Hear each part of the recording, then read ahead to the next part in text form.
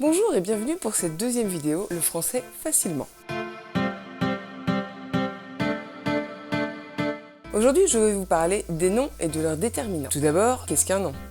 Les noms désignent des personnes, donc il faut distinguer le nom propre, donc c'est les prénoms et le nom de famille, exemple Lolita, il faut toujours mettre une majuscule. Et il y a également les noms communs, exemple une mère d'une personne, mais c'est un nom commun, donc pas de majuscule. Les noms désignent aussi les animaux, par exemple un chien, ou des objets, exemple une lampe, ou bien encore des lieux. Là pareil, il faut distinguer les lieux avec des noms communs, exemple un jardin, et des lieux avec un nom propre, comme le nom d'une ville. Par exemple Paris, on va mettre un P majuscule. Ils peuvent désigner des choses, comme une bouteille, ou encore des objets, exemple un ballon. Enfin bon, vous saisissez l'idée quoi. Pour les noms communs, il ne faut surtout pas oublier de les accorder en genre, masculin, féminin et en nombre, singulier, pluriel. Exemple, un chien, on l'écrit simplement, une chienne. Là du coup on double le N et on met un E, et des chiens, on va rajouter un S. Vous voyez, c'est pas très compliqué, mais faut y penser. Ça reste quand même une faute qui pique les yeux. Le plus souvent, pour mettre au pluriel, il suffit de rajouter un S. Après, il y a quand même des exceptions où la terminaison va carrément changer. Par exemple, un bocal, des bocaux. On le détaillera dans une prochaine vidéo.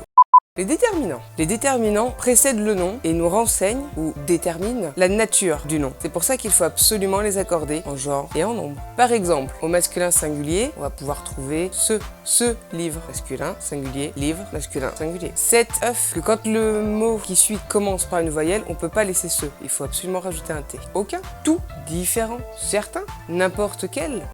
Au pluriel, on va trouver c'est, aucun, juste un S en plus, tous, on change le T en est, différents, certains, n'importe quel. Au féminin singulier, ce devient sept, on double le T et on met un E. Aucune, toutes, différents, diverses, certaines, n'importe quelle, là c'est pareil, on double le L et on met un E. Au pluriel, ça nous donne encore c'est, pas de changement. Aucune, toutes, différentes, diverses, certaines, n'importe quelle. Les mots quelque et quelconque vont pas avoir de différence au masculin féminin. Par contre, au pluriel, ils sont différents puisqu'on va leur rajouter un S, quelque et quelconque. Il faut aussi savoir que les déterminants peuvent être des articles définis, le, la, les, toujours accordés avec le genre et le nombre, ou indéfinis, exemple de, ou encore un adjectif numéral, puisque du coup il va nous quantifier le nom, donc il le détermine. Par exemple, le cinquième fils du cinquième fils, ou encore un pronom possessif, mon, ma, mes, par exemple mon chien, ça détermine bien que le chien est à moi, ou encore un pronom démonstratif, exemple ce livre que je suis en train de montrer, donc ça nous détermine le livre dont je parle.